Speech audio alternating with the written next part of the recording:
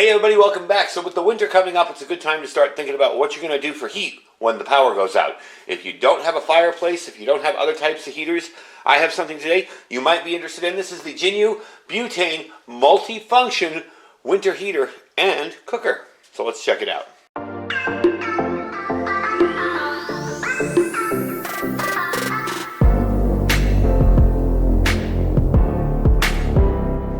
Hey everybody, welcome back. So my reason for showing this today is if you have a heater that uses, say, butane, all right, if propane becomes scarce or too expensive, you've got a way to heat your home. And that's exactly what this little heater does. Now, I had something similar to this I showed a long time ago, but it was extremely expensive. It was like $170. This one here came in at $82.99. Now, I say came because now it's been discontinued. I bought it, I went to give you guys a link to it, and it's been discontinued. However, there are others on the site, and I'm going to let you know where I got it from, because they're having a Black Friday sale starting today. It is their Black Friday 2021 sale, and this is from Banggood, and I will put all the links down below. You can see all the different kind of clearance items they have. They have tons of survival gear, as well as auto, moto, tools, electronics, tons of different stuff, so you can check them out there. I will put all the links down below. Unfortunately, I don't have a link for this one because it's discontinued. It's still on their site, but you can't buy it. So I will let you know about it because I think it's a good idea to have an alternative. A lot of us heat, if we have heaters that use these. These could be very expensive in the future. Propane has gone way up. They could be unavailable. They could be stripped from the shelves. I know during the first rush of the pandemic in March of last year, they were gone. You couldn't buy any of these. So that's why these come in handy. All right, so I'm going to explain this and how it works. We're going to move in a little bit closer. I'm going to show you exactly how this works as a heater and a stove. So as we said, this one has multiple functions. It can be a camp stove. It can also be used as a heater.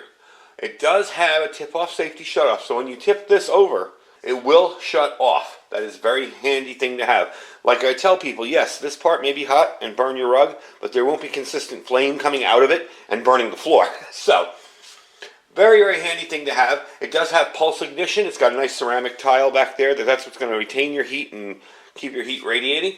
Again, this can be used to heat up spaces up to 250 square feet, not for confined spaces. Again, you don't want to use this in a tiny little sealed room with no air.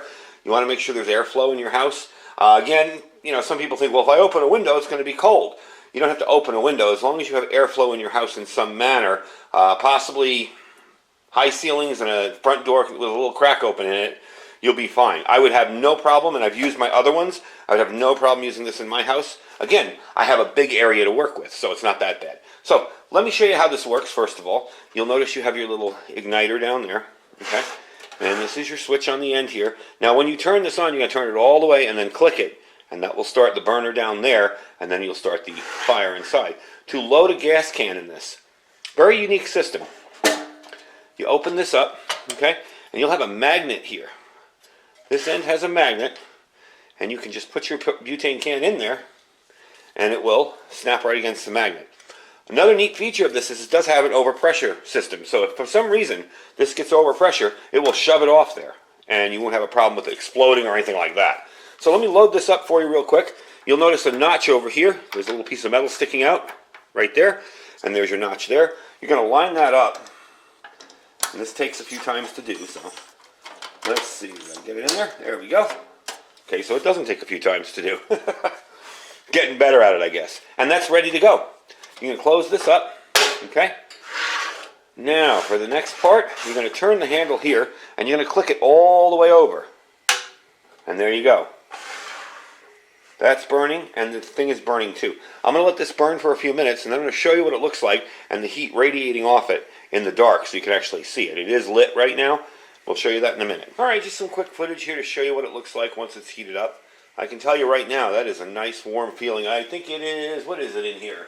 71 degrees in here, so that is warming it up nicely, although it is really cold outside.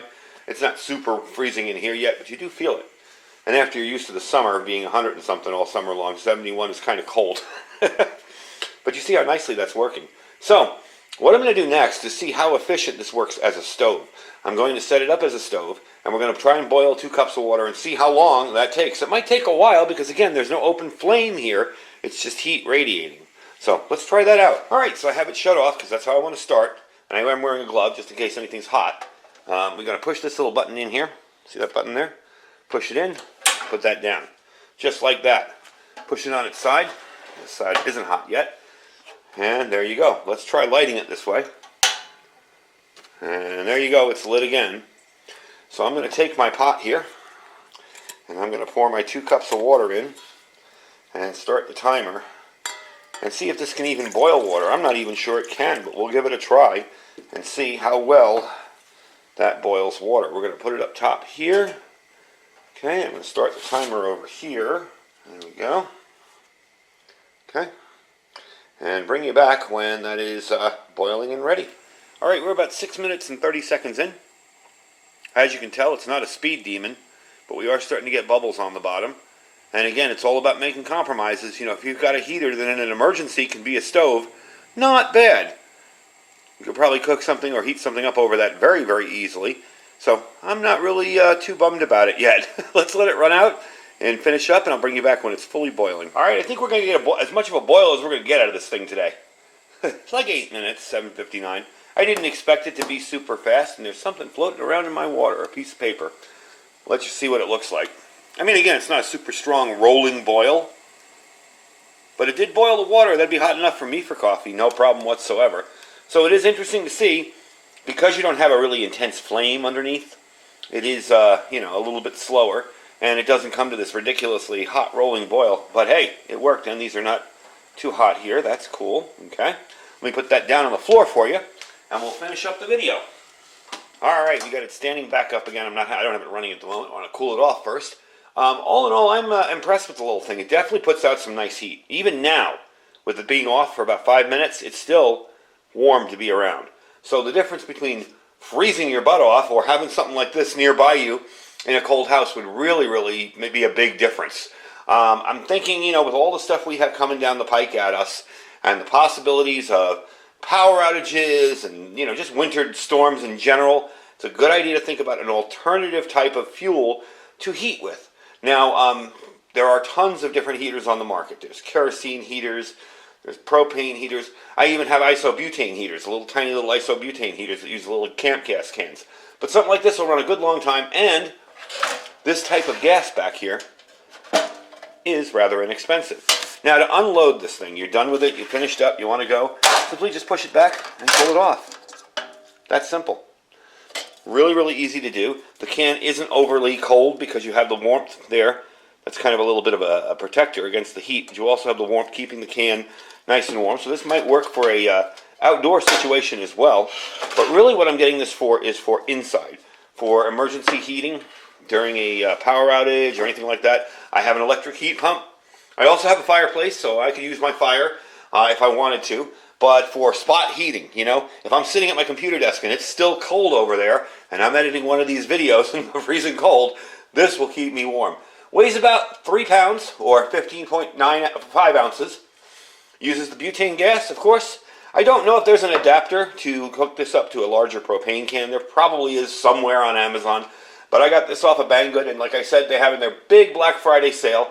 It goes from $11.13 to $11.28. And you get in the last day of the Global Shopping Festival, which is 11/1 to 11/11. So check them out. I don't have a link for this particular item because it's been discontinued. I bought it and it was gone. But there are plenty of this on Amazon. You can check my Amazon store. I had one in there too if you're interested in checking it out. But do check out the survival gear on Banggood. You've seen I bought a lot of stuff. We recently did we're going to be doing a review tomorrow, so stay tuned, on this tiny little HF radio that you can transmit and receive on. This is actually a ham radio.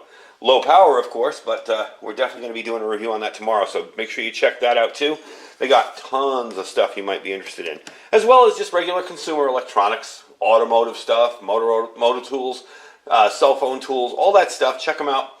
Don't forget to check out all our other links down below. We have our Amazon affiliate store. We have our freeze-dried wholesaler link. Make sure you are getting stocked up on food now. You click that link, you're going to save 15%. That's my link, my personal link. You click that link, you'll save 15%, the whole site-wide. Anything you want to buy. And he has a really diverse amount of different types of food. Everything, like I say, from filet mignon to chicken to, you know, regular hamburgers, anything you can think of. Plus, the vegetable selection is unbelievable. And as I've said before, I like stocking freeze-dried vegetables because it allows me to keep them for a longer time. When you keep them in the can, they tend to get soggy after about a year or so. So, check it out. Those are all our links. We have our My Patriot Supply down there, which is preparewithiridium.com, preparewithiridium.com. You can get pretty much anything you want off that site, but they do have some really good sales on the bulk storage food. If you're interested in a set and forget solution, that's a good way to go. You can also augment it and improve it with a little bit of canned meats and stuff. So check them out, and our Thrive Life as well down there. We have a Thrive Life video coming up too, so make sure you guys stay tuned. I hope you guys enjoyed the video. Stay safe and stay prepared.